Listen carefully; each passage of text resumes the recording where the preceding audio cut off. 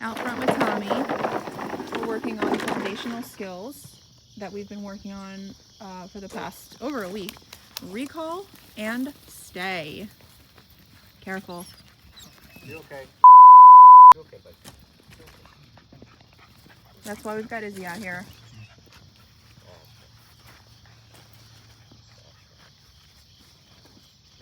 He's a really overexcitable dog, which is very cute. I like that quality. He's a very nice dog. But there are certain times where that kind of energy is just not appropriate. So if you were to think of it like with kids, it would be like you don't want kids acting like they're at Chuck E. Cheese while they're in the classroom or while they're sitting at dinner, at church. So basically we're giving him skills to be more appropriately behaved so that he can be included with his family more.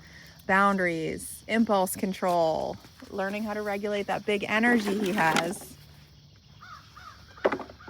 Recapping the stay, adding a distraction, the Tonka truck. Just gives something that he might want to get excited about and want to run towards, or maybe he's scared of it and wants to run away from it. Either way, the right answer is just to stay and look because that's what we've asked him to do.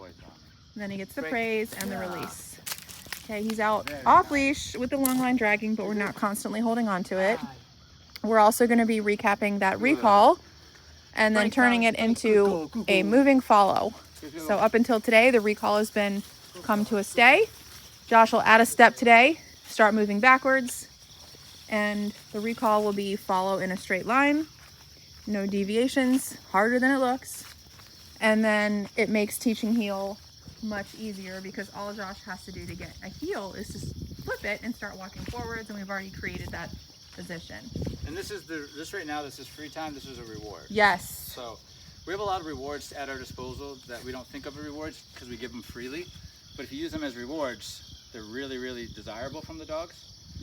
And you don't really have to carry anything on you. One is the freedom to go explore. So when I tell him break, like I did her, then they explore.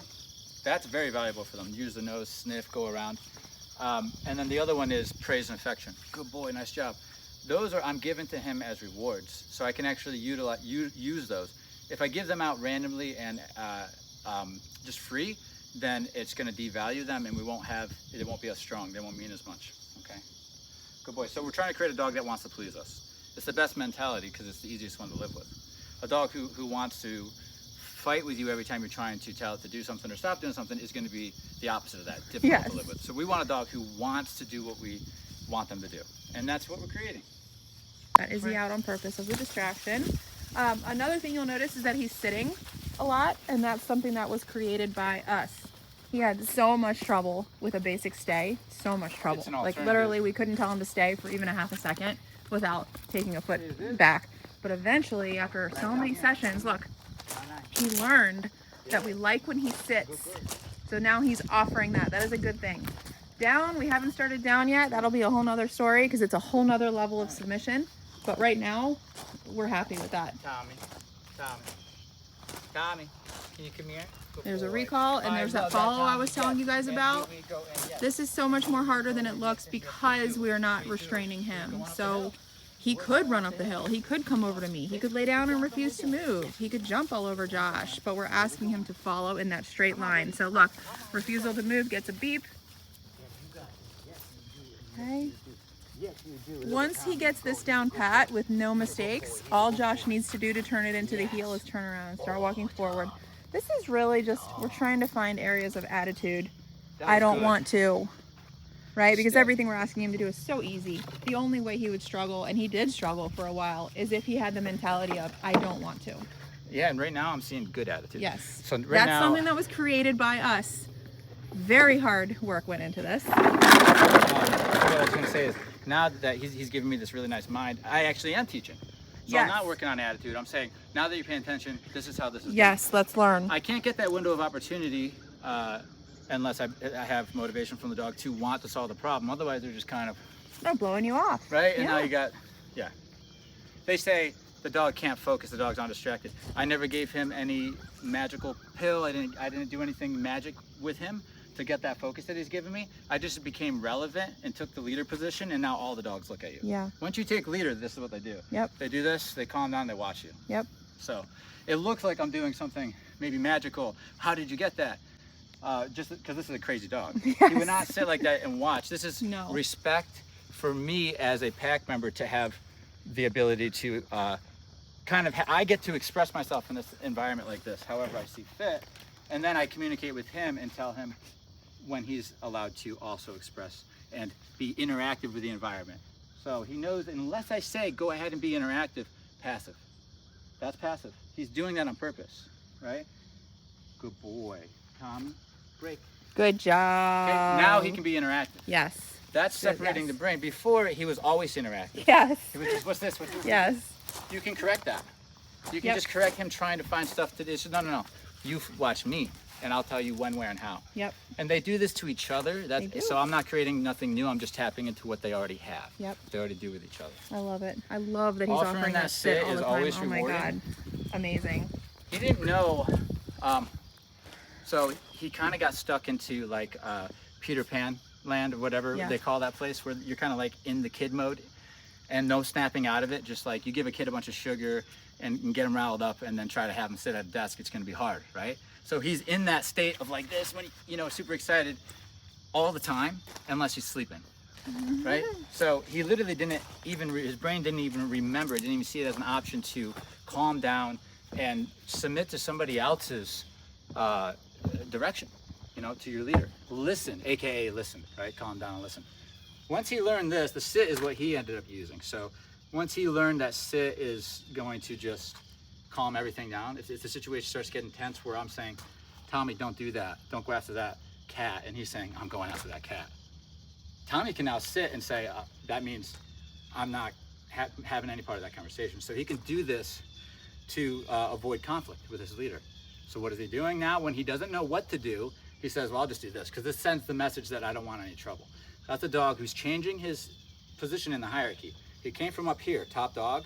Now he's putting himself below me, and he's looking at me. He's going through me to figure out his responses. That's why he's doing this here. Good. All right, so that's, yes, there's training to teach what sit means. When I say the word SIT, it means sit, but that's not why it looks so good. That's respect, that's hierarchy, that's animal to animal, that's dog pack stuff. I could very easily just grab food, teach him to sit right in front of you within 30 seconds, as long as he wants that food, and say, there, he learned sit. And we all know that's not gonna work, right? So it's why I say this is it's not so much does he knows what sit means, that means it's over. That's just, now we have a common language. Now it's how I use it as the leader, right? What I expect in my pack, what behavior. And he's gonna go around my kid eventually when he's ready. And if he shows excitement around my kid without me giving permission, he's in trouble. Yeah. Right? He can't go up to my kid and do this. Yeah, he Not was unless I've stealing offered it. food and all over the place. And then after that, even when he is offered, he's gonna learn his intensity needs to go down, because he's gonna be corrected for high intensity. So he'll end up having appropriate energy. This is a little bit of an overreaction he's doing right now. He'll probably do this. This is a good thing. He'll probably, which is good. This is going the opposite direction. He goes, I'll just do this, Yep. right? Before it was Crazy town. dangerous. It Yes. wasn't even, it's one thing that he's not listening and it's annoying. It's another thing, it's actually dangerous. It's getting dangerous. Yeah. And it's only gonna get more dangerous and more liabilities, you know what I mean? And then he would throw temper tantrums when you would try to get him to do this. 100%. Until he submitted. And so it just becomes, for a normal person who has a whole life going on, like a busy life, and like now the dog's doing this, it would take you to like push pause on everything else. That's why in he life just and go, he just went in the crate. right? all the and time. we can't do Yep. that. So because then we lose what? Money and resources and our job, and everything will crumble just to put the focus on the dog. But that is the level of attention it does take to take a dog on the wrong track, which is him, who has this type of temperament, which is going to be difficult, and to just take him off that track and put him on the right one. It's going to take what I'm doing. Literally, he's part of my everyday. I'm all of my energy. I eat and I sleep and I rest so that I can put my energy towards this. Yes. And that's what we're being paid to Right. do by somebody. And then even for us, it's like, this is a hard job. It is a hard job. Right? So, yeah.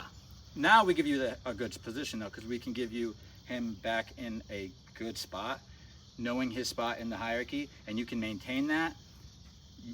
You'll get to a leadership position and you can maintain it. I mean, if you fall off, right? You can always get back up, but you're getting something. What you're getting is you're going to start being the leader, and you're going to say, wow, this is nice, and you're not going to want it to go back. And that feeling, when you see him start to slip back, which you just correct, that's maintaining your authority, if you will, your rules of your land. You're the leader. The adults in the pack are leading the kids and the dog, and the dog's below everybody. That's how we need the dog to think, and you, because if we're soft with him, bad things are coming our way. I hate to say He'll walk all over you. I hate to Yeah. say it, but it's not just him being a brat. It's also bad things will happen if we don't have control over a dog like this. I'm talking to humans. Yeah. You know, they could get knocked over. He could get hit by a car Eat if he gets out something the he door. shouldn't. Things are going to happen in the community, is what I'm saying, or in the house, where it's going to start to affect people we care about, or people that we don't want to affect, like neighbors and stuff. It will happen with a dog like this, who does not get under control of a human. Bad things are coming. So we can't be too soft with him, because bad things are coming. I'm saying that as clear as I can, because that is how it works with dogs who are difficult like him. So, but if we are firm and we do tough love, then we'll be able to enjoy him, and he can enjoy us, and we'll actually see, wow, there's a lot of good qualities to him. Yeah. But we cannot. He's a really nice, friendly We can't dog. slip our leadership though, because if it takes us 5 minutes to get control over him, which it should take less than 5 seconds, so that should be, and that should be it. It's going to take you 5 minutes. A lot's going to happen in that 5 minutes, depending on the situation. You don't want that. Okay. So we love him. We lead him. It's not we love him, so we let him do whatever he wants to go live in that Peter Pan Never Land where Yeah. they eat cake for every meal. That's not love. That's not love anyway. Love is doing things we don't want to do because it's a pain in our butt, but it's best for you, right? I don't want to put the time in to be responsible for your behavior, but I do it because I love you. I'm not correcting you and taking the time and following through with that because I'm only doing that because I love you, because I don't want to do that. I want to go watch TV or something, you know?